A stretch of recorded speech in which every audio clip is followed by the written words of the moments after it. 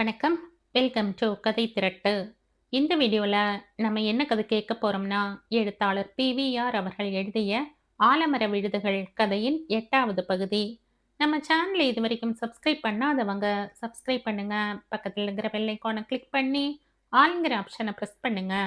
So that நான் போடுற கதைகளை உடனுக்குடனே நீங்கள் கேட்கலாம். வாங்க கதைக்குள்ள போகலாம்.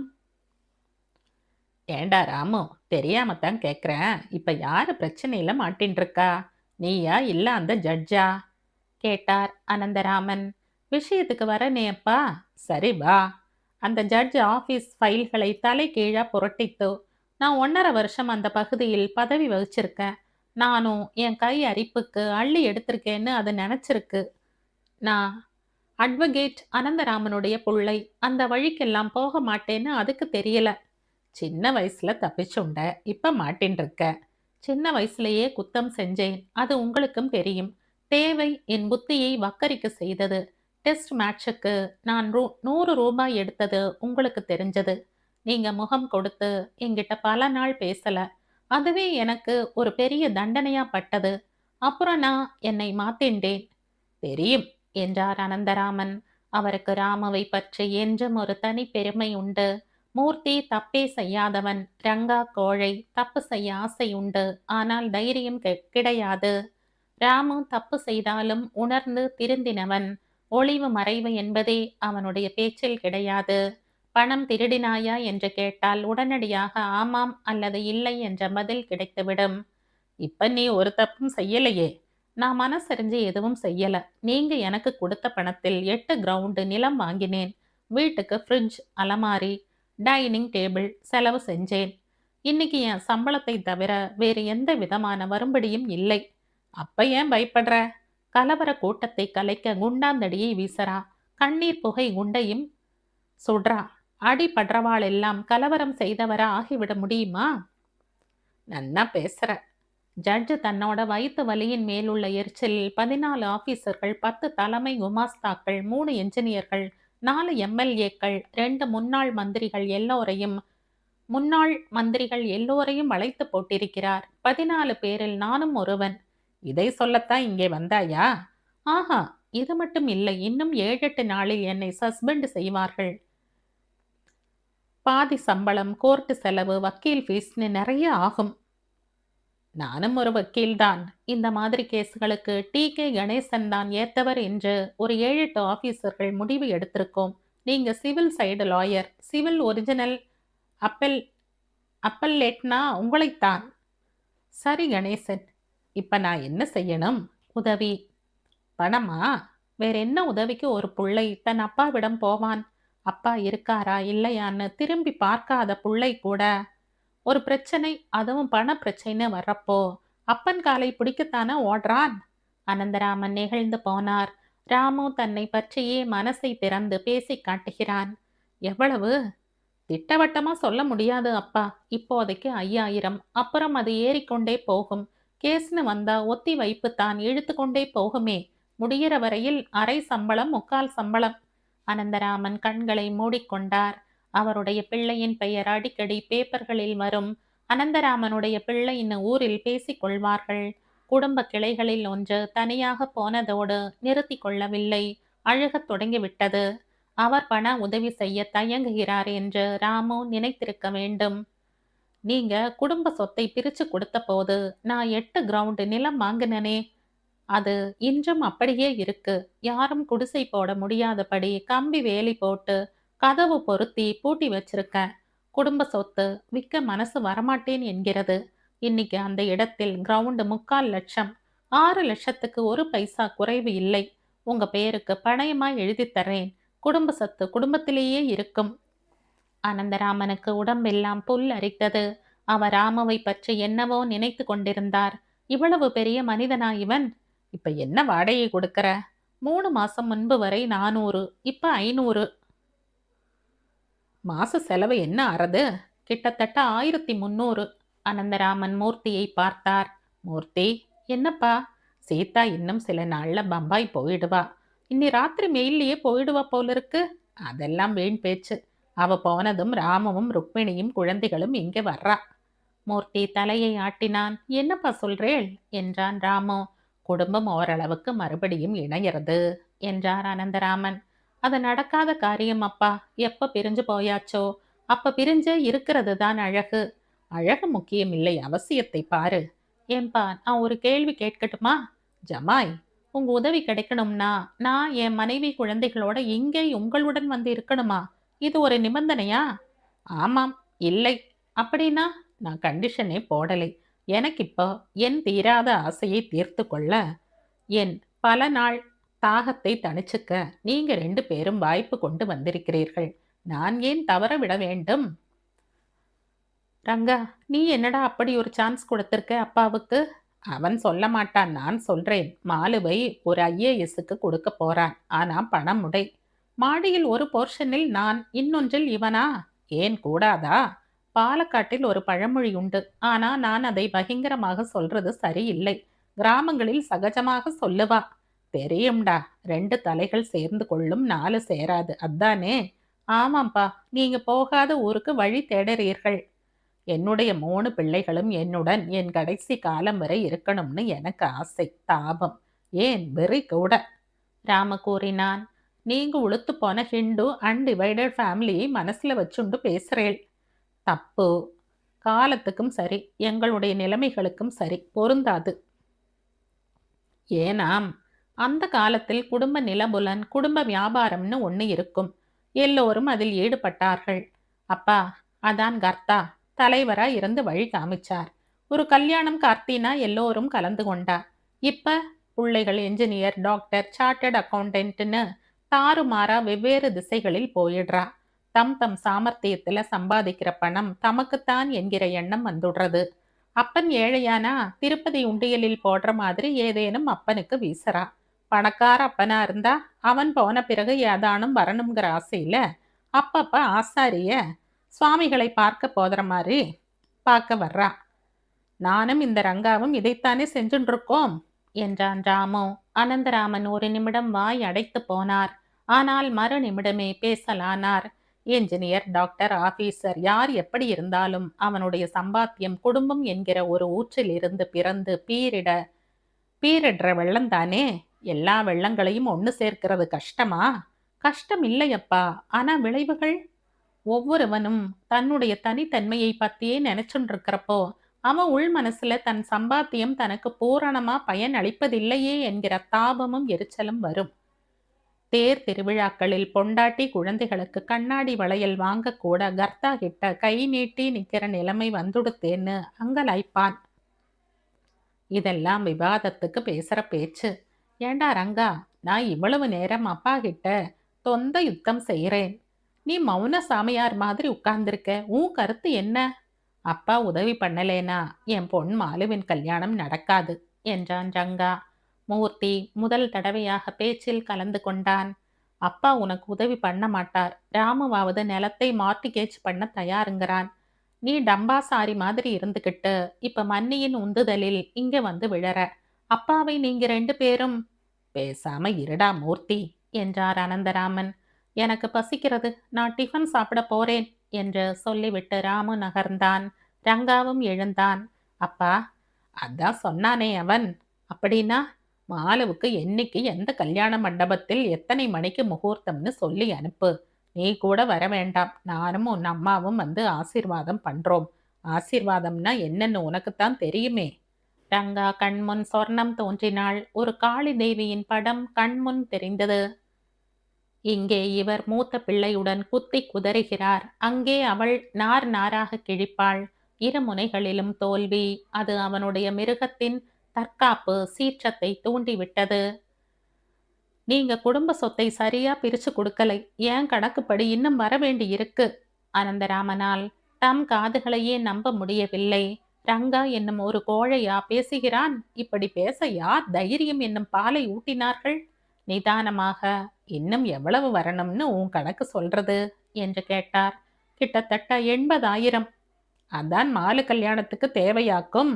அதை கொடுத்து தீர்த்துடுங்கோ. தீர்க்கறேன், தீர்க்க வேண்டி வந்தால். ஆனா அது இந்த வீட்டில் இல்லை, கோர்ட்டில். அவன் ஒரு கிரிமினல் கேஸுக்காக கோர்ட் ஏற போறான். நீ சிவில் கோர்ட் ஏறு போ ம், போயிடு. அந்த கேஸ் முடிஞ்சு நீ ஜெயிச்சா இல்ல தோத்தா இந்த வீட்டு வாசப்படியில் காலை வை. மூர்த்தி, நான் ஒரு நாள் நிச்சயமா செத்து போவேன்.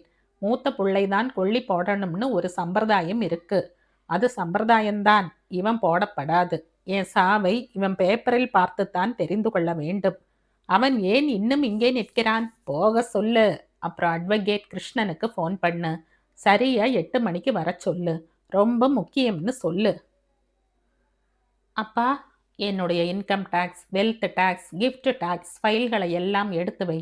இன்னைக்கு இந்த வீட்டில் ஒரு பெரிய பெரிய ஃபங்க்ஷன் நடக்க போறது. அப்புறம் ராஜம்மாகிட்ட சொல்லி ஏதேனும் ஒரு பாயசம் வைக்க சொல்லு. எதுவானாலும் சரி, தித்திப்பு இருக்கணும். கிருஷ்ணனும் கூட சாப்பிடுவான். உன் அண்ணாவுக்கு சூடு சொரணை இல்லை, இன்னும் நிற்கிறான். என்ன மன்னிச்சிடுங்க அப்பா. ரங்கா கண்களில் நீர் மல்க சாஷ்டாங்கமாக விழுந்தான். அனந்தராமன் எழுந்தார். திரும்பி பார்க்காமல் பின் கட்டுக்கு போனார். எழுந்துரு அண்ணா, அப்பா போயிட்டார் என்றான் மூர்த்தி. என்ன அறியாம ஏதோ பேசிட்ட மூர்த்தி. நீ எதுதான் உன்னை அறிஞ்சு பேசியிருக்க? புறப்படு. சரி, மாலு உனக்கு ஒரு பிரச்சனையா இருக்கப்படாது, அவ்வளவுதான விஷயம்? ஆமா, இருக்க மாட்டாள். நான் பார்த்து கொள்கிறேன். மூர்த்தி, உணர்ச்சி வசப்படாம போ. சரி. நீ போனது மன்னி என்ன நடந்ததுன்னு கேட்பாள். ஆமாம், கேட்பாள். என்ன சொல்வ? என்ன சொல்றது? என்னையே கேளு. மாலுவின் பிரச்சனை தீர்ந்ததுன்னு சொல்லு. ஆனா அப்பா பெயரை இழுக்காதே. உன் பெயரையே இழுக்கிறேன். அதுவும் இஷ்டம். வரேன். அப்பா வான்னு சொல்ற வரைக்கும் நீயோ மன்னியோ இங்க வரப்படாது, சரிதானே? மாலு, அவ பேத்தி, என்னைக்கும் வந்து போக உரிமை உண்டு. சொன்னவனுக்கு திடீரென்று ஒரு யோசனை உதிர்த்தது. அண்ணா, என்ன? மாலு இங்க ஒரு வாரமோ 10 நாட்களோ தங்கட்டும். அப்பாவின் கொதிக்கிற மனசு அடங்க அவ ஒரு வழியா இருப்பாள். அப்படியா சொல்ற? ஆமாம். அவ இப்ப இங்கதானே இருக்கா. இப்ப உள்ள போய் அனுப்புறேன். நீ காரில் உட்கார். ரங்கா வெளியேறினான். மூர்த்தி உள்ளே சென்றான். அம்மாவும் மாலுவும் தாழ்வாரத்தில் உட்கார்ந்து பேசிக் கொண்டிருந்தார்கள். மாலு ஐஏஎஸ், மாப்பிள்ளையின் குணம், பதவி, அழகு எல்லாவற்றையும் உற்சாகத்துடன் வர்ணித்துக் கொண்டிருந்தாள். மாலு, அண்ணா காரில் காத்துட்டு இருக்கான், நீ அதுல போயிடு. நான் வரேன் பாட்டிமா. குங்குமம் இட்டுண்டு போ. கோமதி எழுந்து உள்ளே போனாள். மாலு, என்ன சித்தப்பா? நாளைக்கு காத்தால பொட்டியுடன் வந்துடு. உன் அப்பாவே கேட் வரை கொண்டு விடுவார். என்ன சித்தப்பா இது? ஏதேனும் பூடகமா சொல்லிட்டியா? அசடு, சொன்னா இங்க தங்க அனுப்புவானா? ஒரு பழம் நழுவித்து பால் பாத்திரத்தை அதுக்கு நேரே நீட்டி இருக்கேன். உனக்கு அதிர்ஷ்டம்தான். என்னடா அதிர்ஷ்டம்னு சொல்ற மூர்த்தி என்று கேட்டுக்கொண்டே வந்த கோமதி, ஐஏஎஸ் ஆம்படையான் வர்றதுன்னா அதிர்ஷ்டம்தானே என்றாள். ஆமாம் அம்மா. ஆமாம் பாட்டிமா. மாலு குங்குமம் வாங்கி கொண்டு போனாள். கார் புறப்பட்டது. ராமு புறப்பட்டு போனான். ராஜம்மா என்ன பாயசம் வைக்கலாம் என்று யோசனை செய்யலானாள். கோமதிக்கு ஒரு விஷயமும் புரியவில்லை. மூர்த்தியும் பேசவில்லை. அனந்தராமன் தம் அறைக்குள் ஒண்டிக் கொண்டார். அட்வொகேட் கிருஷ்ணன் வந்தால் உயிலை எப்படி தயார் செய்வது என்ற யோசனையில் மூழ்கினார். மாடியில் சீதா இருட்டில் உட்கார்ந்து கொண்டிருந்தாள். வாசலில் ஒரு சிறு கார் வந்து நின்றது. ஜானா இறங்கி மலர்ந்த முகத்துடன் துள்ளிக்கொண்டே உள்ளே வந்தாள். அவளை போர்ட்டிகோவிலேயே சந்திக்க மூர்த்தி விரைந்தான். சீக்கிரம் பேசி அவளை அனுப்பிவிட அவன் துடித்தான். தன் தந்தை சதானந்தம் கல்யாண விஷயமாக அனந்தராமனை சந்திப்பதற்குள் தானே ஓடிப்போய் மூர்த்தியை தயார்படுத்த வேண்டும் என்று நினைத்த ஜானா மலர்ந்த முகத்துடன் காரில் இருந்து இறங்கி விரைந்தாள். போர்ட்டிகோவில் அவளும் மூர்த்தியும் சந்தித்து கொண்டார்கள். மூர்த்தியின் முகம் என்றும் போல அன்றும் அலர்ந்த அல்லியாக தெரிந்தது. வணக்கம் என்றாள். வா ஜானா. எனக்கு வணக்கம் இல்லையா? எனக்கு நல்ல மனநிலை இல்லை, அதனால் உனக்கும் இல்லை. ஏன், என்ன நடந்தது? என்னவெல்லாமோ. நாம உள்ளே போகாம கமுக மரத்தடிக்கு போய் புல் தரையில் உட்கார்ந்து பேசலாம். ஏதாவது விபரீதமா? எங்க வீட்டில் இப்பவெல்லாம் எதுவும் விபரீதமாக நடப்பதில்லை. உங்க முகம் எந்த விதமான வருத்தத்தையும் பிரதிபலிக்கவில்லையே. அது என் முகத்தின் கோளாறு காரணமாக இருக்கலாம். பேசிக்கொண்டே நடந்த அவர்கள் புல் தரையில் உட்கார்ந்து கொண்டார்கள். அப்பா இன்னைக்கு புறப்பட்டு வருவதாக இருந்தார். நாளைக்கு போங்கள் என்று சொல்லிவிட்டு நான் வந்தேன் என்றாள் ஜானா. எதுக்கு? என்ன இப்படி கேட்கிறீர்கள்? இன்னும் கொஞ்ச நாளைக்கு நம்ம கல்யாண விஷயத்தை பத்தி என் அப்பாவோட பேசாமல் இருப்பது நல்லது ஜானா. அம்மா எகிறி எகிறி குதிக்கிறாள். ஏன்? ஜானா மாஜி கவர்னர், அவர் மனைவி லோகேஸ்வரி, பிள்ளை சரத் எல்லோரையும் பற்றி கூறினாள். நீ என்ன சொன்ன? யார்கிட்ட? அப்பா அம்மா கிட்டதான். அம்மாவின் பேச்சை நான் காதிலேயே போட்டுக்கொள்ளவில்லை. அப்பாவிடம் மட்டும் சவால் விட்டேன். என்னன்னு? ஒண்ணு, நான் மிஸ்ஸஸ் மூர்த்தி, இல்லாம போனா மிஸ் ஜானகி, பிஏ பிஎல் அட்வொகேட்னு. நல்லது ஜானா, ஆனா இப்ப நீ கொஞ்ச காலம் பொறுமையா இருக்கணும். அப்பா உக்ரமூர்த்தியா இருக்கார். ஏன், என்ன நடந்தது? ஒரு அக்காவும் 2 அண்ணாக்களும் மோதுகிறார்கள். அவருடைய இஷ்டத்துக்கும் ஆசைக்கும் செவி சாய்க்காமல் தங்கள் சுயநலன்களையே நினைச்சு பார்க்கிறார்கள். இப்ப நீ வந்ததுக்கு சில நிமிஷங்களுக்கு முன்தான் உயில் எழுதுவதுன்னு அப்பா முடிவெடுத்தார். வக்கீல் கிருஷ்ணன் ராத்திரி வர போறார். உங்க மனசையும் புண்படுத்துகிறார் போல இருக்கு. அவர் 2 யுகங்களையும் சரியா புரிஞ்சுக்காம தவிக்கிறார் ஜானா. அவர் மனசில் ஆசையும் பாசமும் கரை உடைஞ்சு ஓடுறது. அதை யாரும் உணரமாட்டோம் என்கிறார்கள். ஆனா அவரை உபயோகித்துக் கொள்ள துடிக்கிறார்கள். மூர்த்தி நடந்ததை எல்லாம் சொன்னான். நான் ஒன்னு சொன்னா தப்பா நினைச்சுக்க மாட்டீங்களே மூர்த்தி? இதுவரை அப்படி ஏதாவது நடந்திருக்கா ஜானா? அப்ப சொல்றேன். ஆ, உங்க சின்ன அண்ணா ராமு தன் அப்பா கிட்ட சொன்னதெல்லாம் பொய், அப்பட்டமான பொய். மூர்த்தி ஒரு கணம் உள்ளூர துவண்டு போனான். ஏற்கனவே அவன் முழுதும் சின்ன அண்ணாவை நம்பவில்லை. ஒரு தூசு அளவாவது கை கரை படிந்திருக்க வேண்டும் என்று யூகித்திருந்தான். ஆனால் இப்போது ஜானா என்ன சொல்ல வருகிறாள்? ஜானா, சொல்லட்டுமா என்று கேட்டாள் அவள். ம். அருகம்பாக்கத்திலே ஓர் ஏக்கர் நிலம், அண்ணா நகரில் ஒரு பங்களா, ஒரு பெரிய கம்பெனியில் லட்சம் ரூபாய் டெபாசிட். இதெல்லாம் மனைவி குழந்தைகள் பேரில் இருக்கு. அப்படியா? உனக்கு எப்படி தெரியும்? ஒரு மாஜி மந்திரிக்கு அப்பா லீகல் அட்வைசர். மந்திரி உண்மையிலேயே பொழைக்க தெரியாத மனுஷர். உங்க அண்ணாவும் அவரை போல பலரும் அந்த மாஜி மந்திரியை பகடைக்காயா வச்சு ஆடியிருக்கிறார்கள். உங்க அண்ணா இப்ப வாடகை வீட்டில் இருக்கார். அண்ணா நகர் பங்களாவில் இருந்து மாசம் 1500 வாடகை வர்றது. அருகம்பாக்கம் நிலத்தில் ஒரு சிறு தொழில் நடத்த போறார். யார் பேரில் தெரியுமா? தன் மைத்துனன் பேரில். அவன் ஒரு என்ஜினியர். ஆமாம், ருக்மணியின் தம்பி ஒரு என்ஜினியர் தான். அப்பா அவனுக்குன்னு கொடுத்த பணத்தில் 8 கிரவுண்டு நிலம் வாங்கியிருக்கார் இல்லையா? ஆமாம். அதை மட்டும் தன் பேருக்கு வச்சுண்டு மத்ததையெல்லாம் மறைச்சிருக்கார். இதெல்லாம் மந்திரி கொண்டு வந்த டாக்குமெண்ட்டுகளில் இருக்கு. ஆனா டாக்குமெண்ட்டில் யார் கையெழுத்தும் இல்லை. சம் ரெஜிஸ்டரர் ஆபீஸ்க்கு போனால் எல்லாம் வெட்ட வெளிச்சம் ஆயிடும். மந்திரி மாட்டின் இருக்காரா? மாட்டி வைக்கிறார்கள். நான் தான் சொன்னேனே, பொழைக்க தெரியாத மந்திரின்னு. 58 வயசில் வஜ்ர பிரம்மச்சாரி. உண்மையாகவே பிரத்தியாரின் கஷ்டங்களுக்காக கண்ணீர் விடுபவர். வெகு எளிதாக மற்றவங்களுடைய ஊழல்களை நிரூபிக்க எண்ணி இருக்கலாம்.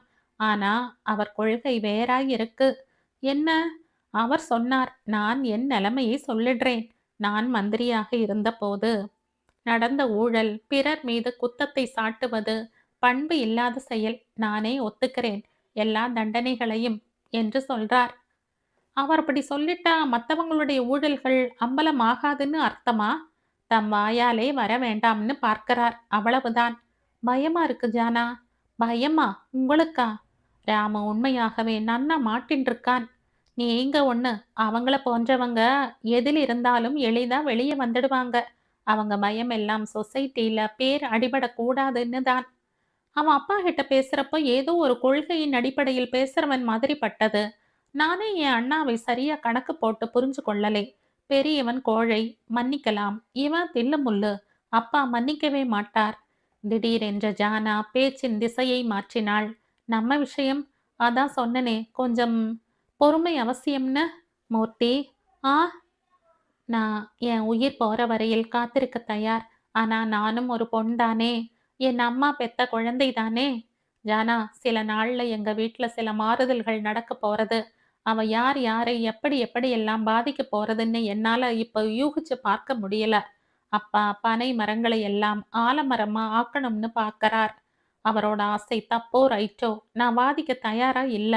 ஆனா ஒண்ணு, நான் கடைசி வரைக்கும் அவருடனேயே இருப்பேன்னு நம்புறார். தயவு பண்ணி ஒரு மாசம் பொறுத்துக் கொள்கிறேன் மூர்த்தி. ஆனா இதுவரை நான் கேட்டிராத ஒரு கேள்வியை உங்ககிட்ட கேட்கிறேன். உண்மையாகவே நீங்க என்னை உங்க எதிர்கால மனைவியா எண்ணி பார்க்கிறீர்களா? மூர்த்தி சிரித்தான். ஏன் சிரிக்கிறீங்க? இதே கேள்வியை நானும் கேட்கலாம் இல்லையா? நீங்கள் கேட்காமலேயே நான் எவ்வளவு தடவை பதில் சொல்லியிருக்கேன். நீங்க அதை புரிஞ்சு கொள்ளலையா? ரொம்ப சரி ஜானா, தைரியமா போ. என் கை தாலி கட்டினா அது உன் கழுத்தில் தான் இருக்கும். இதை திட்டவட்டமா உன் அம்மா கிட்ட சொல்லு. ஜானாவின் கண்கள் கனத்தன. இதழ்களிலிருந்து ஆனந்தம் பெருகியது. ஜானா, ம். நான் சொன்ன வார்த்தைகளை சரியா கேட்டா இல்லையா? கேட்டேன். எங்க திரும்ப சொல்லு பார்ப்போம். ஜானா, தைரியமா போ. என் கை தாலி கட்டினா போதும் என்றான் மூர்த்தி. பிறகு தொடர்ந்து தாலி கட்டினா என்றான். அது போதும் மூர்த்தி. ஒருவேளை என் கை தாலியே கட்டலன்னா? என் கழுத்தும் யாருக்கும் குனியாம நிமிர்ந்தே இருக்கும் மூர்த்தி. உங்க மனசுல நான் இருக்கிறேன் என்கிறது எனக்கு இப்போ ஊர்ஜிதம் ஆனப்புறம் எனக்கு என்ன கவலை? உங்க கை மஞ்சள் கயித்தை கட்டலேனா அதுக்கு காரணம் உங்களையும் மீறின உங்களுக்கும் அப்பாற்பட்ட ஒரு சக்தி உங்களை ஆட்கொண்டிருக்கிறதுன்னு நான் என்னை சமாதானப்படுத்திக் கொள்வேன். ஜானா காரில் ஏறி சென்ற பிறகு மூர்த்தி விரைவாக ஹாலை நோக்கி நடந்தான். 2 நிமிஷங்கள் பேசி அவளை அனுப்பிவிட நினைத்தவன் 3/4 மணி நேரம் பேசி இருப்பதை உணர்ந்தான். ஆனால் பேச்சின் முடிவில் என்றும் அனுபவித்து அறியாத ஒரு நிறைவு ஏற்பட்டிருப்பதாக தோன்றியது. அப்பா இன்னும் சாய்வு நாற்காலியில் உட்கார்ந்து கொண்டிருந்தார். அவனை கண்டதும் முகத்தை திருப்பிக் கொண்டார். அப்பா, ம், என் பக்கமா பாருங்க. என்ன விஷயம்? என்னை பார்த்து பேசுங்கப்பா. அவசர விஷயம். எனக்கு இப்ப எதுவும் அவசரமா படலை. சரி, நான் வரேன். அட்வொகேட் கிருஷ்ணனை இன்னொரு நாள் வர சொல்றேன். நீ யார் அதை செய்ய? உங்க புள்ளை. என் புள்ளைகள் என் புள்ளைகள். போ. நீயும் யார் கழுத்திலேயாவது ஒரு தாலியை கட்டிவிட்டு அவ புடவை தலைப்பை புடிச்சுண்டு போ. அப்பா, ராம உங்ககிட்ட சொன்னதெல்லாம் பொய், சுத்த பொய், கலப்படம் இல்லாத பொய். அனந்தராமனுக்கு தூக்கி வாரி போட்டது. ஒரு பெரிய கனம் குறைந்தது போல் இருந்தது. எதற்கு ஒரு பெரிய பொய்யை சரளமாக சொல்லி அவரை வேதனைப்படுத்தினான்? மூர்த்தியை நிமிர்ந்து பார்த்தார். ஏன் அவன் இப்படி பொய் சொன்னான்? உண்மையாகவே காரணத்தை சொல்லி பணம் கேட்டிருக்கலாமே. அவன் மாட்டிக்கொண்டிருப்பது உண்மைதானப்பா. ஆனா என் கை கரை படியாத கை என்று சொன்னானே, அதுதான் பொய்.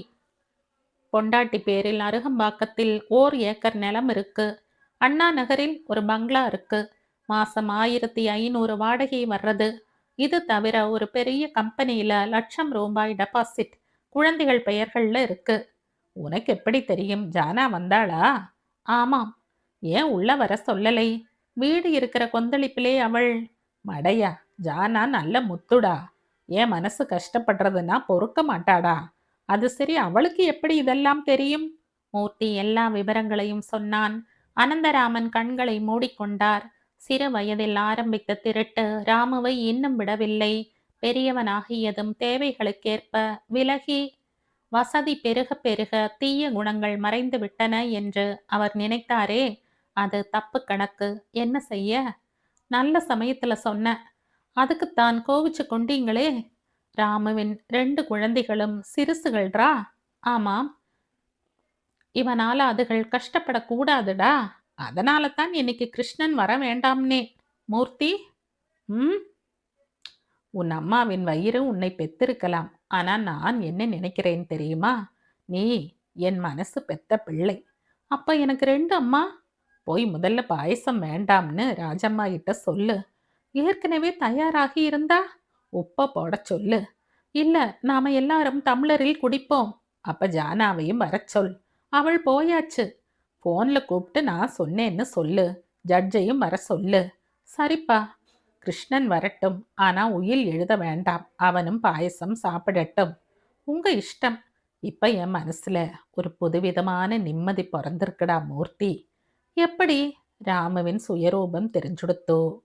அவனும் இனிமே இந்த வீட்டு படி ஏற மாட்டான் மூர்த்தி. ஒரு அதிசயம் பார்த்தாயா? சாவுன்னா துக்கம் வரும். அதுவும் பிள்ளைகளின் சாவுன்னா பெருந்துக்கம் வரும். இன்னைக்கு நான் என் 2 பிள்ளைகளை சாக கொடுத்திருக்கேன். என் நெஞ்சில நிம்மதியும் திருப்தியும் பெருகி ஓடுறது. ஏன் தெரியுமா? என் ரத்தத்தின் ரத்தம் சாகல. என் பாட்டனார், இல்லை முப்பாட்டனார்களில் யாராவது ஒருவர் களவாடல் செய்திருப்பார். அவருடைய ரத்தத்தின் குணம் ராமுவின் நாளங்களில் ஓடுறது. ராமுவும் இனிமே எனக்கு புள்ள இல்ல. பயமா இருக்கு அப்பா. எதுக்குடா? ஏதேனும் ஒரு சந்தர்ப்பத்தில் என்னையும் போடா மடையா! உன்னை நான் சொன்னேன்னா அன்னைக்கே என் உயிர் போயிடும். போ! நெஞ்சு வறண்டு கிடக்கு. ஒரு அரை டம்ளர் நல்ல காப்பியா கொண்டு வா. எனக்கு கூட தேவை. நான் குடிக்கிறேன்னு நீயும் அதிகம் குடிக்கிற. அது கெடுதல். உங்க மனசு பெத்த பிள்ளையாச்சே நான். உங்க மனசு விரும்புறது எல்லாம் என் மனசும் விரும்புறது. கோர்ட்ல ஆர்கியூ பண்ணாம வேலையில சேர்ந்திருக்கையே முட்டாள். உங்க பாராட்டுக்கு நன்றி அப்பா. மூர்த்தி உள்ளே ஓடினான். சாருவுக்கு ஒவ்வொரு நாளும் ஒவ்வொரு யுகமாக சென்றது. மனோஜ் அலுவலக விஷயமாக புது டில்லி சென்றிருந்தான். விளம்பர கம்பெனி மதுவை பரோடாவுக்கு அனுப்பியிருந்தது.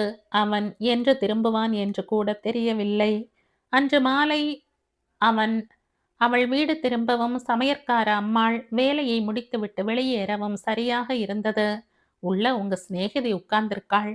மௌனமாக சாரு உள்ளே சென்றாள். என்றைக்கு மனோஜ் புதுடில்லி சென்றானோ அன்று முதல் இந்த சரஸ்வதியை காணோம். இதற்கு முன்பும் சில தடவை சரஸ்வதியின் போக்கை சாரு கவனித்திருக்கிறாள். வெளியே தனக்கு சிநேகிதியாக இருந்து கொண்டு உள்ளூர மனோஜுடன் மனதால் உறவாடுகிறாள் என்ற எண்ணம் ஏற்பட்டது. சரஸ்வதி நல்ல பெண், அழகு இல்லை. இது அவள் குற்றமல்ல. அவள் தகப்பனார் ஒரு சாதாரண நிறுவனத்தில் ஒரு சாதாரண குமாஸ்தா, ஏழை. இதுவும் அவர் குற்றமல்ல. அவளுக்கு தம்பிகளும் தங்கைகளும் இருக்கிறார்கள். சொல்லப்போனால் 2 தம்பிகளும் 3 தங்கைகளும். இந்த விஷயத்தில் அவளுடைய பெற்றோர் குற்றம் புரிந்திருக்கிறார்கள். பெருக்கத்தை சற்றேனும் குறைத்திருந்தால் வறுமையையும் சற்றேனும் குறைத்திருக்கலாம். சரஸ்வதி ஹாலில் சோஃபாவின் கீழே உட்கார்ந்து முழங்கையை டீப்பாயின் மீது ஊன்றியவளாய் ஒரு பத்திரிகையில் மூழ்கியிருந்தாள். சாருவை கண்டதும், ஏண்டி இவ்வளோ நேரம் என்று கேட்டாள். இதுக்கு பதில் அப்புறம் சொல்றேன். உன்னையே 5 நாளா காணோம். வர முடியல. மனோஜ் ஊர்ல இருந்திருந்தா வந்திருப்பல்ல. என்ன உளர்ற? எனக்கு எல்லாம் தெரியும் என்றாள் சாரு. என்ன தெரியும் உனக்கு? முதல்ல டீ சாப்பிடுவோம். என்னவோ தெரியும்னு சொன்னியே, என்ன தெரியும்? அது முதல்ல தெரிஞ்சாகணும் எனக்கு. அப்புறம்தான் டீயும் காஃபியும். மனோஜ் வரட்டும், அப்புறம் சொல்றேன் அவன் என்ன நினைச்சிருக்கான்னு. தெரிஞ்சிட்டா எல்லாம் எளிதா போயிடும். சாரு, என்னடி நீ ஒரு முட்டாள். அப்படியா? நன்றி. நான் உன் அண்ணாவோட பேசுறதையும் பழகிறதையும் வைத்து கொண்டு தப்பு கணக்கு போடுற. ஏன் கணக்கு தப்பானால் நான் ரொம்ப வருத்தப்படுவேன் சரஸ்வதி. அப்ப வருத்தப்படு. அப்ப மனோஜ் மேல சி வாய கழுவு. ஏண்டி லவ் பண்றது தப்பா? யார் சொன்னா? ஆனா யார் யாரை லவ் பண்றதுன்னு ஒரு நியதி இல்ல. காதலுக்கும் நியதிக்கும் சம்பந்தம் இல்ல. மனோஜ் உனக்கு என்ன சொந்தம்? தெரிஞ்சத கேட்காத. அப்படின்னா தெரியாதது சொல்றேன் கேளு. என்ன? மனோஜ் எனக்கு கூட பிறக்காத அண்ணன். ஒரு கணம் சாரு அயர்ந்து போனாள். நான் மற்றவங்க கல்யாணங்களுக்குத்தான் இருக்கிற ஒரு பட்டு புடவையை கட்டிண்டு போவேன். எனக்கு கல்யாணம் இல்லை, பட்டு புடவையும் கிடையாது. என்னடி பேத்தற? பொண்ணா பிறந்தா கல்யாணம் ஆகித்தான் தீரணும்னு கட்டாயம் இல்லையே. நீ ஏற்கனவே ஒரு முடிவு எடுத்துட்டியா? ஆமாம், 3 சகோதரிகள், 2 சகோதரன், ஒரு ரூம் ஃப்ளாட். கொஞ்ச நாளில் அப்பா ரிட்டையர் ஆகி விடுவார். அதுக்குள்ள தம்பி தங்கைகளுக்கெல்லாம் படிச்சு முடிச்சு வேலைக்கு போயிட மாட்டா. கடைசி தங்கை படிச்சு முடிக்கிறதுக்குள்ள எனக்கு 35 வயசாயிடும். எதுக்கு கல்யாணம்? சாரு பதில் பேசவில்லை. சமையல் அறைக்கு சென்றாள். திடீரென்று சரஸ்வதியின் குரல் கேட்டது. டீயை 3 கப்பா போடு. கேஸை பற்ற வைத்து பாலையும் டீ தண்ணீரையும் கலந்து சுட வைத்தாள். 3வது கோப்பைக்கு யார் காத்திருக்கிறார்கள் என்று அறிய ஹாலுக்கு வந்தாள் மது. 4 நாட்கள், 4 யுகங்கள். ஆசை தீர பார்த்தாள். எலுமிச்சம்பழ நிற முகம், அடர்ந்த புருவம், மண்டின மீசை, கண்களில் அமைதி சாந்தம். ஒரு கணம் சிலையான அவள். மது இன்னும் தன்னை கவனிக்காததை உணர்ந்தாள். சரஸ், உள்ள பால் வச்சிருக்க, நீ டீய கவனி. ஹலோ மிஸ்டர் மது, எப்ப வந்தீங்க? நேத்து ராத்திரி. ஆஃபீஸ்க்கு சித்தப்பா போயிட்டார். என்னைக்கு? இன்னைக்கு காத்தால 4 மணிக்கு. ஏன் சொல்லல? வந்திருப்பனே. உங்களுக்கு எதுக்கு சிரமம் கொடுக்கணும்? மனோஜ் டில்லியில இருந்து இன்னும் திரும்பலையா? இல்ல. சித்தி ரொம்ப அழறாளா? அழாம? பாவம். யார சொல்ற? சித்தியையா இல்ல சித்தப்பாவையா? புரியல உங்க கேள்வி. யாரும் செத்தவனுக்காக அழறதில்லை. தன் இழப்புக்காகத்தான் அழறா. அதனாலதான் துக்கம் நிலைச்சு நிக்கிறது இல்ல. புருஷன் போனதுல சித்திக்கு ஒரு ஆதரவு போயிட்டது. அது ஓர் இழப்பு. அவளுடைய அழுகை அந்த இழப்பை முன்னிட்டு தான் இருக்க முடியும். சாருவுக்கு மறுத்து பேச வேண்டும் என்று பட்டது. ஆனால் அந்த கணமே தந்தையின் மரணம் ஞாபகத்துக்கு வந்தது. அம்மா அழவே இல்லை. ஏன் ஒரு பொட்டு கூட அவளுடைய கண்கள் உகுக்கவில்லை. ஏன் ஏன் நாத்தின் மரணம் அம்மாவுக்கு ஒரு இழப்பாகப்படவில்லை. இருந்த வரையில் ஆயிரம் ஆயிரமாக கொண்டு வந்தார். போனதும் லட்சம் லட்சமாக வந்தது. யார் யாருடைய ஆத்மாவின் கதியை முன்னிட்டு கண் கலங்குகிறார்கள். சாவு யாரையும் கலக்குவதில்லை. அதன் எதிரொலிகள்தான் கலங்கிப் போகிறார்கள். சாரு தன்னையே மறந்தாள். சரஸ்வதி 3 கோப்பைகளில் டீ கொண்டு வந்தாள். எப்படி இருக்க என்று கேட்டான் மது. நீங்க இல்லாத ஆபீஸ் வெறிச்சோடுறது. அப்ப நீ வேலையை ராஜினாமா பண்ண வேண்டியது தானே? ஒரு வாய் குடித்து விட்டு சொல்லி சிரித்தான் மது. ஏன், நான் இனிமே வேலைக்கு வர போறதில்ல. சித்தப்பா சாகிறதுக்கு முன்னால வரம் கேட்குற மாதிரி ஒன்று கேட்டார். நானும் சரின்னுட்டேன். பரம்பரை வியாபாரத்தை நிறுத்தக்கூடாதாம். சித்திக்கு ஆதரவா இருக்கணுமாம். இந்த வேலையில இருந்துண்டே அதை செய்யலாமே. சித்தப்பாவுக்கு சொந்தமா 3 hotel, Matunga, Andheri, God Colburn எல்லாம் இருக்கு. அவர் பம்பரம் மாதிரி கார்ல 3 இடங்களுக்கும் சுத்திண்டே இருப்பார். என்னதான் மேனேஜர்னு வச்சாலும் முதலாளியின் நேர் பார்வையில நடத்த வேண்டிய தொழில் ஹோட்டல் தொழில். நான் ஒரு யோசனை சொல்லலாமா? தாராளமா. ஹோட்டல்னு நடத்துங்க. அதே சமயத்துல இந்த அட்வர்டைசிங் தொழிலையும் விடாதீங்க. எப்படி? நாமே சின்னதா ஒன்று ஆரம்பிப்போம். மூலதனம், சித்தப்பா பணத்தை அதை பத்தி நான் பார்த்து கொள்கிறேன். நீங்க தினசரி 2 மணி நேரம் வந்து அட்வைஸ் பண்ணினால் போதும். மது எழுந்தான். என்ன பதில் கிடையாதா? நீ ஒரு மாயா உலகத்தை சிருஷ்டி பண்ண பார்க்கிறாய் சாரு. எப்படி? நாம ஒரு பெரிய கம்பெனியில் கை நிறைய சம்பளம் வாங்குறப்போ நினைச்சு பார்க்க சுகமாத்தான் இருக்கு. ஆனா நாயை திங்கிற இந்த விளம்பர உலகம் இருக்கே, அதை ஆரம்பிக்கிறது என்பது முட்டாள்தனம். நான் முட்டாளாக இருக்க தயார். காரணம் நீங்க தான். தொடர முடியாத ஒரு கதைக்கு நீ முதல் அத்தியாயம் எழுத பார்க்கிறாய். இல்லை மது, என் கதைக்கு ஒரு முடிவு தேட ஒரு கவிதை எழுத பார்க்கிறேன். மது சிரித்தான். பிறகு மௌனமாக வெளியேறினான். நீண்ட நேரம் இருக்கையை விட்டு எழுந்திருக்க முடியாமல் சாரு தவித்தாள். சரஸ்வதி அவளை எழுப்பினாள். சாரு, நீ சமயம் தெரியாம பேசிட்ட. மூர்த்திக்கும் இவனுக்கும் எவ்வளவு வித்தியாசம் என்றாள் சாரு. எங்கிருந்து எங்க திடீர்னு தாவர? மனசின் ஒரு மூலையிலிருந்து இன்னொரு மூலைக்கு. மனசுக்கு வடிவமே கிடையாது சாரு. அடித்தளம், மேல் தளம், மூலை முடுக்கு எல்லாம் கோட்டைக்குத்தான் உண்டு. அதை மனசின் மேல் கட்ட பார்க்கிறேன் என்று நீ நினைக்கிறல்ல சரஸ்வதி? நினைக்கவில்லை, நம்புறேன். சாரு பதில் சொல்லாமல் காலி கோப்பைகளை எடுத்துக்கொண்டு உள்ளே சென்றாள். இந்த கதையின் தொடர்ச்சியை அடுத்த பதிவில் கேட்கலாம். நன்றி.